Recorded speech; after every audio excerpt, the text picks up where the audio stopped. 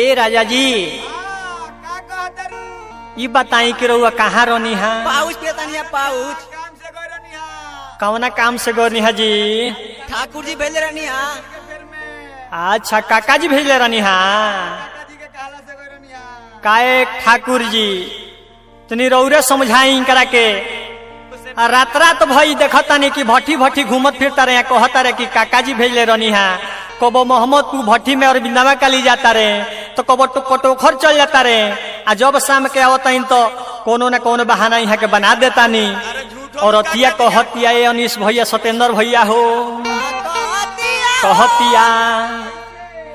हमारा से जरिया के सोइया तू ही बाहर हौआ अरे बोला ये मोर करे जाऊ कहवा रात बिताऊ हमारा से जरिया के सोइया हमारा से जरिया के सोइया तू ही बाहर हौआ कहतिया का कहतिया बोला ए मर करे जाऊ कहवा रात बिताऊ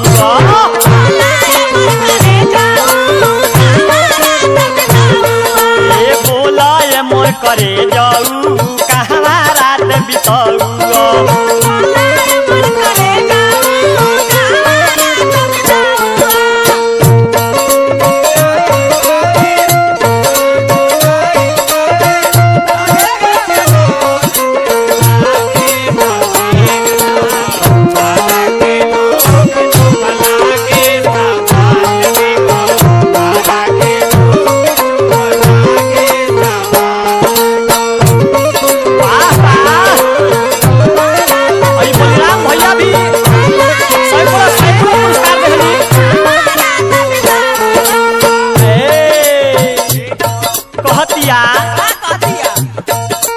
रची रची पिया हो बनवनी बजरिया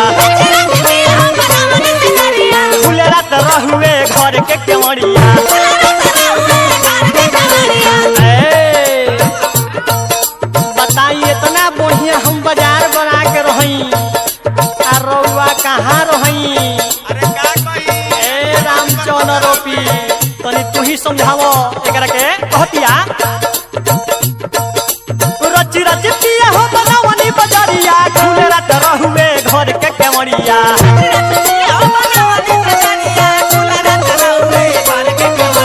कहतिया दिया बत्ती बार के रही मन मार के दिया बत्ती बार के रही मन मार के कहवा रात बिताऊ कहलक बताइए इतना हम वन संवर के बैठ रही से सजा के आ रउआ कहाँ रही? का करी प्रमोदवा हमरा के फेर में फंसा देले रहुए अच्छा तो कहतिया बोला ये मोर करे जाऊ कहवा रात बिताऊ ए बोला ये मोर बलमुआ कहवा रात तू रहुआ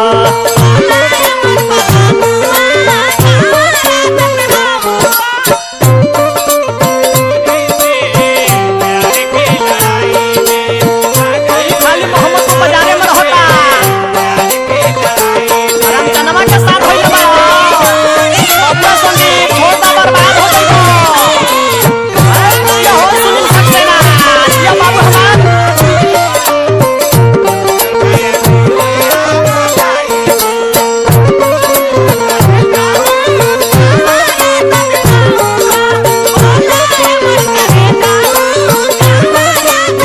ए राजा जी बात हमर मानी अभियो से समझ जाई काका जी के कहला में रउआ मत पड़ी रउआ बर्बाद हो जाए। कहतिया पोरे पोरे देहिया में उठे अंगड़ाई मनवा के बात के करा से हम बताई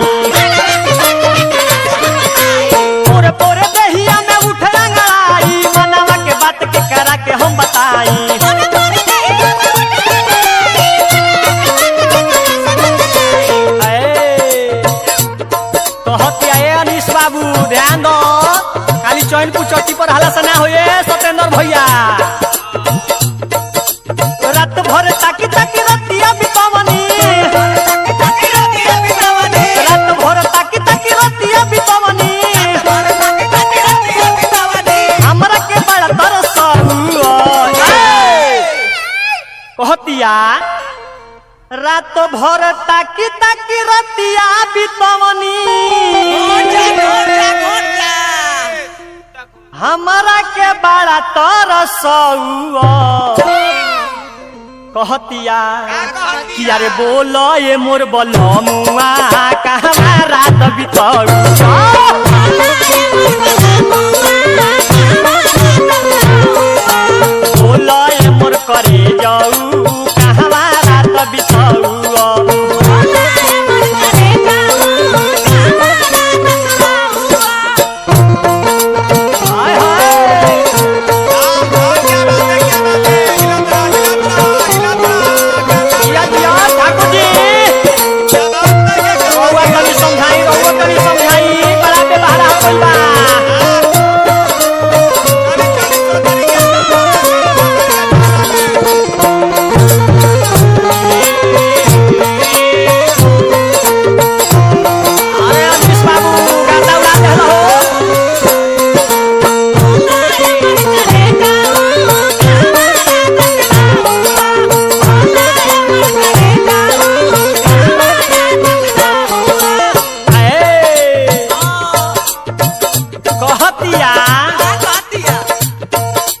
हमारा बुझाता परवाना भरमौन रामचंद्र कमेंद दारू पी के भरमौन हमारा बुझाता बिल्कुल भरमौन रामचंद्र कमेंद दारू पी के भरमौन कहतिया कुछ नहीं कहनी बड़ा दुख सहनी